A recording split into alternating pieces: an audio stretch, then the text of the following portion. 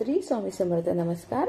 आज आपण आजच्या रेसिपीमध्ये साबुदाण्याची चकली करणार आहोत. बघा, या प्रकारे मस्त अशी कुरकुरीत अशी आपली चकली बनणार आहे. न वाफवता, आपल्याला साबुदाणा वाफवायची गरज नाही, इझिली आपण चकली बनवू शकतो. बघा, हा मी 1.5 किलो साबुदाणा घेतलेला आहे. असे योग्य असे प्रमाण मी तुम्हाला यात सांगणार आहे. साबुदाणा आणि बटाट्यांचे आपण योग्य प्रमाणशीर घेतलं तर चकल्या ह्या आपल्या उत्कृष्ट बनत असतात, नाहीतर त्याचे तुकडे पडत असतात. हे बघा, मी आणि 3 किलो बटाटे घेतले. जितका साबुदाणा घेतलाय त्याच्या दुप्पट आपण बटाटे घेणार आहोत. आता बाजारात छान बटाटे येतात, नवीन बटाटे येत आहेत, त्यामुळे बटाटेही छान पांढरे शुभ्र असतात. बघा, मी अर्धा किलो भगर सुद्धा घेतलेली आहे. भगरमुळे चकलीला छान मऊपणा येत असतो, म्हणून आपण थोडी भगर सुद्धा यात घालायची. आणि बघा, मी 4 चमचे तिखट घेतलेला आहे, 3 चमचे जिरं आणि मीठ आपण यात चवीनुसार वापरणार आहोत. तसं मी डिस्क्रिप्शनमध्ये सर्व डिटेल तुम्हाला देणारच आहे. सुरुवात आधी खानदेशी तडक्यामध्ये हर्षा चौधरी तुमचे खूप खूप स्वागत करते. आपण आता साबुदाणा भिजत घालूया. साबुदाणा भिजत आपण रात्री घालणार आहोत. 12 तास हा व्यवस्थित भिजून तयार व्हायला हवा. आधी आपण स्वच्छ साबुदाणा धुवून घेणार आहोत. साबुदाण्यामध्ये काही कचरा वगैरे असला स्वच्छ आपण तो धुवून घेणार आहोत. बघा, या प्रकारे मी गार पाण्याने साबुदाणा स्वच्छ धुवून घेतलेला आहे. आता यात आपण गरम पाणी घालणार आहोत. गरम पाण्यामुळे साबुदाणा छान असा मऊसूद होतो आणि आपल्याला वाफवायची गरज पडत नाही. बघा, या प्रकारे मी गरम पाणी उकळून घेतलेलं आहे. उकळतं पाणी आपण यात घालणार आहोत. ज्या प्रकारे आपण साबुदाणा भिजत घालण्यासाठी पाणी घालतो तेवढंच पाणी आपल्याला यात घालायचं आहे. म्हणजे साबुदाण्याच्या वरती आपण अर्धा ते 1 इंच पाणी ठेवणार आहोत. साबुदाणा व्यवस्थित साबुदाण्यामध्ये पाणी हे व्यवस्थित आपण मिक्स करून घेणार आहोत. बघा, या प्रकारे पूर्ण पाणी टाकून झाल्यानंतर यावरती आपण लगेचच झाकण ठेवायचं. त्यामुळे साबुदाणा मस्त असा फुलून तयार होत असतो गरम पाण्यामध्ये. बघा, यात आता मी अजून पाणी घालेल आणि झाकण ठेवून देईल. या प्रकारे साबुदाणा रात्रभर आपला मस्त असा फुलून तयार होतो. हे बघा, मी अजून पाणी घातलेलं आहे. गरम पाण्यात साबुदाणा व्यवस्थित मिक्स केल्यानंतर आपण यावरती झाकण ठेवणार आहोत. बंद झाकण असलेलं भांडं मी घेतलेलं आहे, जेणेकरून त्यातून वाफ बाहेर निघायला नको. बघा, या प्रकारे मी झाकण ठेवून रात्रभर भिजत ठेवलेला आहे. आता आपण सकाळी मी हे बटाटे उकडून घेतलेले आहे. मी 3 किलो बटाटे घेतले, मगाशी तुम्हाला सांगितले. आता आपण हे बटाटे छानसे शिजवून घेणार आहोत. आपण 5 ते 6 शिट्या हे जास्त होऊ देणार आहोत. त्यामुळे बटाटे छान मऊसूत शिजतात आणि आपल्याला लगदा करायला त्रास होत नाही. आणि ही आपण बगरचा भात करून घेणार आहोत. बगरचा भात सुद्धा आपल्याला मऊसूत बनवून घ्यायचा आहे. बघा, या प्रकारे बटाटे मस्त मऊसूत शिजलेले आहेत. आपल्याला इझिली साल काढायला सोपे जाते आहे. त्यामुळे बटाट्याच्या शिट्या आपण 5 ते 6 जास्त होऊ द्यायच्या आणि ह्या प्रकारे बटाटे सर्व सोलून घ्यायचे. आणि बघा, भगरचा भात सुद्धा मस्त शिजून तयार झालेला आहे. मी एका साईडला बटाटे घातले आणि एका साईडला भगरचा भात करून घेतलेला आहे. यात आपल्याला मीठ घालायचं नाहीये, फक्त पाणी घालून मी याला शिजवून घेतलेला आहे. तो आपण थोडा मोकळा करून घेणार आहोत. या प्रकारे बघा, बटाटे छानसे सोलून झाल्यानंतर आपण त्याचा आता लगदा करणार आहोत. बघा, या प्रकारे सर्व बटाटे सोलून झालेले आहेत. आता माझ्याकडे छोटीही खिसणी आहे, मी त्यावरती याचा लगदा करून घेणार आहे. तुमच्याकडे मोठी खिसणी असेल तर योग्यच, कारण माझ्याकडे छोटी आहे म्हणून थोडा वेळ लागला. पण इझिली आपण खिसणीवरती बटाटे हे छान असे लगदा करून घेणार आहोत. या प्रकारे मी सर्व बटाट्यांचा मऊसूद असा लगदा करून, बघा, या प्रकारे मस्त असा बटाट्यांचा लगदा तयार झालेला आहे. खूप आपल्याला वेळ लागतो आणि खूप मेहनतही आहे हा लगदा बनवायला, कारण जितका आपण मऊसूद लगदा बनवू त्यावरतीच चकली ही आपल्याला गाळायला सोपी जाते, अडकत नाही. आपण इझिली चकली ही गाळू शकतो. हे बघा, या प्रकारे मस्त असा मऊसूद मी लगदा करून घेतलेला आहे. आता आपण साबुदाणा सुद्धा बघूया आपला व्यवस्थित भिजला गेला आहे की नाही. 12 तास झाले तर ऑलरेडी तो भिजलेला तर असेलच. साबुदाणा चकलीमध्ये बटाट्यांचं फार महत्त्व आहे, कारण आपण नुकत्याच साबुदाण्याच्या बनवल्या तर त्याचे तुकडे पडत असतात आणि साबुदाणा सुद्धा थोडा कमी सुद्धा झाला तरी त्याचे तुकडे पडतात. तर आपल्याला वाफवून करायचे असल्या तर तुम्ही साबुदाण्याच्या करू शकता, पण आपण जर बटाट्यांच्याच आपल्याला न वाफवता करायचे असल्या तर आपण बटाटा घालूनच करू शकतो. बघा या प्रकारे साबुदाणा सुद्धा मस्त असा शिजून तयार झालेला आहे आणि मस्त छान असा फुलून तयार झालेला आहे. आता बघा आपण यात सर्व मिक्स करून घेणार आहोत. मी लगदा आणि भगर सुद्धा घातलेली आहे त्यात आणि आता साबुदाणा घातलेला आहे. तर यात आपण सर्व मिक्स करून घेणार आहोत. मस्त अशा कुरकुरीत बनत असतात या चकल्या.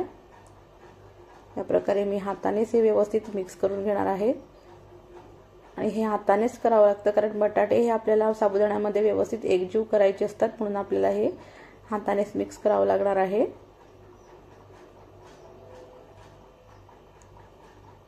बघा या प्रकारे आपण यात भगर सुद्धा मिक्स करून घेणार आहोत. भगरचा भात जो केलेला आहे तो सुद्धा मी यात घातलेला होता, तो सुद्धा आपण यात मिक्स करून घेणार आहोत. सर्वात आधी आपण हे पूर्ण तिघं जिन्नस एकत्र करून घेणार आहोत, मगच त्यानंतर यात मीठ आणि तिखट घालणार आहोत.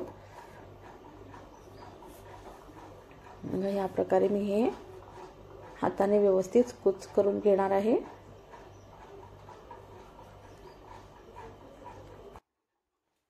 तुम्हाला हाताने आवडत नसेल तर तुम्ही बाजारात प्लास्टिक हँड ग्लोव्ज मिळत असतात, तुम्ही त्याचा वापर करू शकतात. पण ज्या प्रकारे आपण हाताने करतो ते प्लास्टिक हँड ग्लोव्जनी मला जमत नाही, म्हणून मी हातानेच करते. पण तुम्हाला जर योग्य वाटत असेल तर तुम्ही त्याच्याने सुद्धा करू शकता. यात आपण जिरं आणि मीठ तिखट घालूया. मी जिरं 3 चमचे घेतलेलं आहे, मीठ सुद्धा मी 4 चमचे घेतलेलं आहेत आणि तिखट सुद्धा मी 4 चमचे घेतलेले आहेत. बघा या प्रकारे पूर्ण तिघही जिन्नस मी काढलेले आहे. आता आपण हे लगद्यामध्ये मिक्स करून घेऊया. हे बघा थोडं तिखट तुम्हाला जास्त हवं असेल तर तुम्ही घेऊ शकता, पण मी हे पिवळ्या मिरच्यांचं तिखट घेतलेलं असल्यामुळे हे तिखट असतं, त्यामुळे आपण हे थोडं कमी घ्यायचं. लाल तिखट वापरल्यास थोडं आपलं 1 चमचा जास्त वापरायचं. लाल तिखट हे फिकं असतं, या पिवळ्या मिरच्या जास्त तिखट असतात, म्हणून आपण हे नेहमी कमी वापरत असतो. पण पिवळ्या मिरच्यांच्या तिखटाने चकल्यांना कलरही खूप सुंदर दिसतो आणि तिखटही असतात त्या खूप, त्यामुळे चवीलाही उत्कृष्ट लागतात. बघा या प्रकारे मी सर्व जिन्नस यात टाकून घेतलेला आहे. आता आपण हे मिक्स करून घेणार आहोत. आता हे सुद्धा आपल्याला हातानेच मिक्स करायचं आहे, तिखट असल्यामुळे हात खूप जळत होते, पण आता नाईलाज आहे, आपल्याला हे हातानेच मिक्स करावं लागणार आहे. बघा या प्रकारे मी व्यवस्थित हे तिखट यात मिक्स करून घेतलेलं आहे. चकल्या खायच्या आहे म्हणजे थोडा त्रास सहन करून घ्यायला हरकत नाही. थोडं मिक्स करताना पाण्याचा वापर केला तरी काही हरकत नाही, पण मी काही केलेला नाही, कारण इझिली ते मिक्स होतं. पण तुम्हाला जर त्रासच होत असेल, थोडा जड जात असेल मिक्स करायला, तर तुम्ही थोडं पाणी हे टाकू शकता, कारण नंतर सुद्धा आपल्याला चकली गाळताना थोडा पाण्याचा वापर करूनच आपल्याला गोळा बनवून साच्यामध्ये किंवा पिशवीमध्ये घालायचा असतो. बघा काहीसा या प्रकारे आपल्याला हा गोळा मिक्स करायचा आहे, जेणेकरून भगर आणि साबुदाणा त्यात व्यवस्थित मिक्स व्हायला हवा. बघा मस्त अशा लगदा आपला चकल्यांचा लगदा तयार झालेला आहे, चकल्यांचा गोळा आपला मस्त तयार झालेला आहे. आता आपण हा 1 तासाकरता मस्त मुरण्यासाठी ठेवणार आहोत. बघा या प्रकारे मस्त असा चकल्यांचा गोळा तयार झालेला आहे. मी सांगितलं आता तुम्हाला 1 तासाकरता आपण हा मुरण्यासाठी ठेवूया आणि मग चकल्या करायला घेऊया. चकल्या टाकण्यासाठी आपल्याला प्लास्टिकचा कागदाचा उपयोग करायचा आहे आणि मी टाकण्यासाठी सुद्धा कॅरी बॅग घेतलेली आहे. साच्याने खूप तकलीफ होते आणि साच्याने एकटीला जमतही नाही, तेव्हा मी कॅरी बॅगला थोडं छोटं होल करून घेतलेलं आहे. आता आपण हे छान असा गोळा करून घेणार आहोत. थोडं पाणी लावून आपण हे कूच करून एक गोळा करून चकल्या टाकायला घेणार आहोत. काहीशा या प्रकारे. एकटी असल्यामुळे मला थोडा वेळ लागला चकल्या टाकायला, पण आपण इझिली करू शकतो, कारण प्रत्येकाच्या हाताखाली किंवा कोणी सोबत नसल्यामुळे आपण करू शकतो आणि एकटं असल्यामुळे म्हणून आपण काही करायचं नाही, म्हणून ही कन्सेप्ट सुद्धा फार चुकीची आहे. म्हणून आपण काही ना काही थोडी अरेंजमेंट करून आणि थोडं प्लॅनिंगने केलं तर एकटी बाई सुद्धा इझिली सर्व काही करू शकते.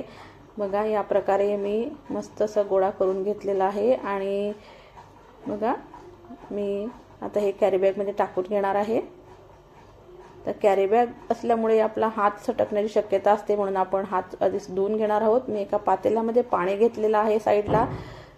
ते पाण्यामध्ये हात धुवून घ्यायचा, लगेच पुसून घ्यायचा आणि लगेच आपण चकल्या टाकायला घ्यायच्या. त्यामुळे प्लॅस्टिकच्या पिशवीवरून आपला हात चटकत नाही आणि छान अशा गोलाकार आपल्या चकल्या या पडत असतात. बघा या प्रकारे मस्त अशा चकल्या या पडत आहे आणि छान असं लगद्यामध्ये व्यवस्थित भगर आणि बटाटे मिक्स झाले तर इझिली कॅरी बॅगमधनं गळतायत. बघा साच्याने करण्यापेक्षा ही प्रोसिजर फार सोपी आहे. बघा या प्रकारे मस्त मी माझ्या ह्या साधारणतः 5 किलोच्या चकल्या झालेल्या आहेत आणि मी ह्या एकटीने केलेल्या आहेत आणि त्यासुद्धा 1.5 तासामध्ये आपण पूर्ण चकल्या गाळून तयार करू शकतो. बघा या प्रकारे